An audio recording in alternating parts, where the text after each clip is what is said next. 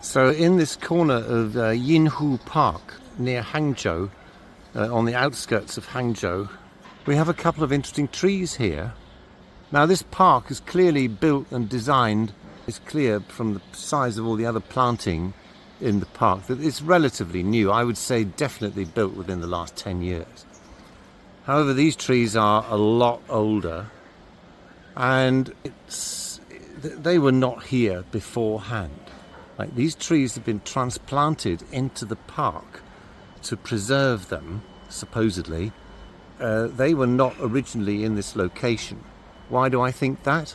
Because before the park was built and all these new buildings all around, this was probably farmland, and I'm pretty sure that these trees were somewhere else, and they would have been by a road. You see how the trunks have been painted with white paint? This was very common treatment for roadside trees in this part of the world.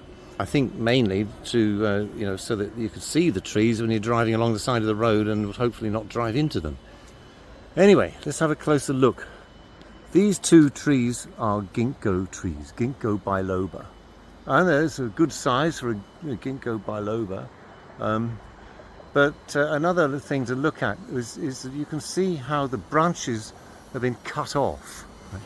If we zoom in here, you see those stubs, right, where almost like kind of like arboreal amputations. They cut the branches off. So the tree isn't growing back. Right? It's produced lots of other little shoots to try and replace the damage that was done to the tree.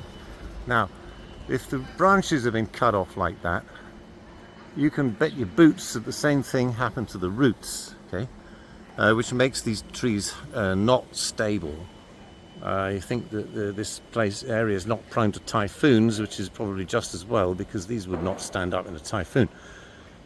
You can see that there's a little raised planter around the bottom of the trees as well, to kind of give soil for these trees to be planted in.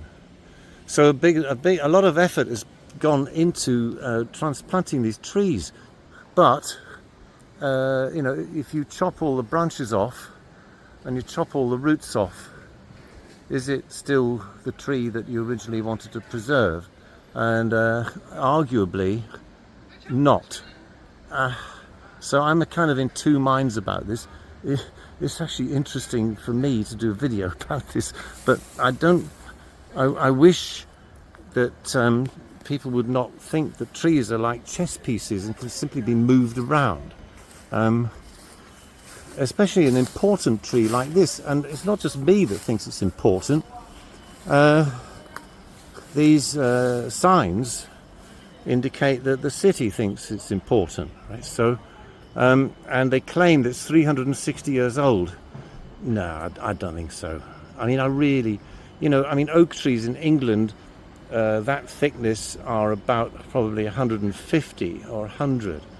So I would go with 100 myself-ish. 360, unless there's some kind of actual evidence, right? Some kind of written evidence of that. I'm very, very skeptical, right? And it also says somewhere in there that it's got a 16-meter crown. Hello?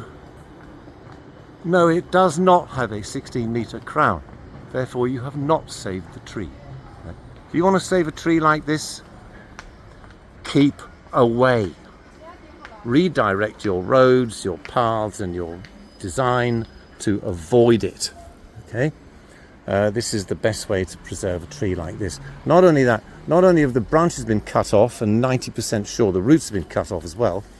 Look at the massive, great big wounds on the trunk of the tree.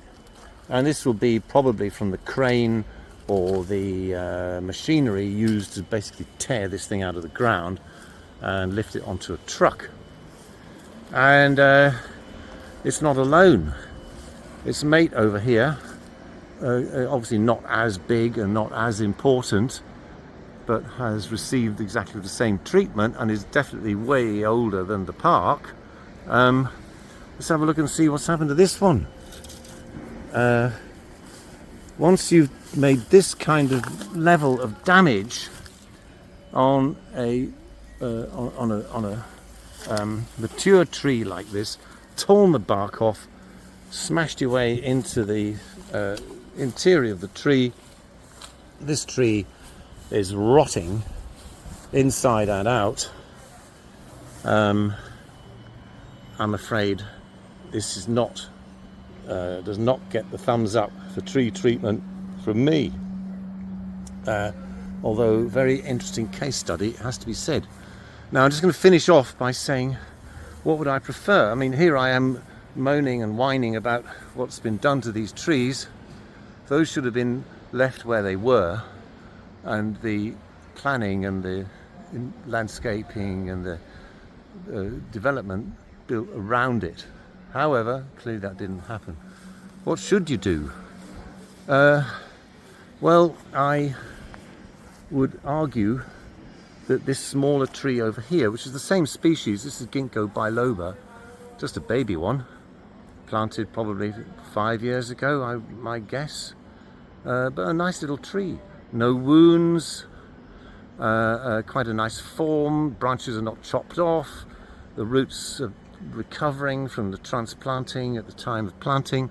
You know, this is to me a good example of the kind of tree planting that should be undertaken. The problem, of course, is that if you want a tree this size, you have to wait a century, and not many of us can do that. All the more reason, leave these big existing trees alone and keep away from the root system. That is the golden rule.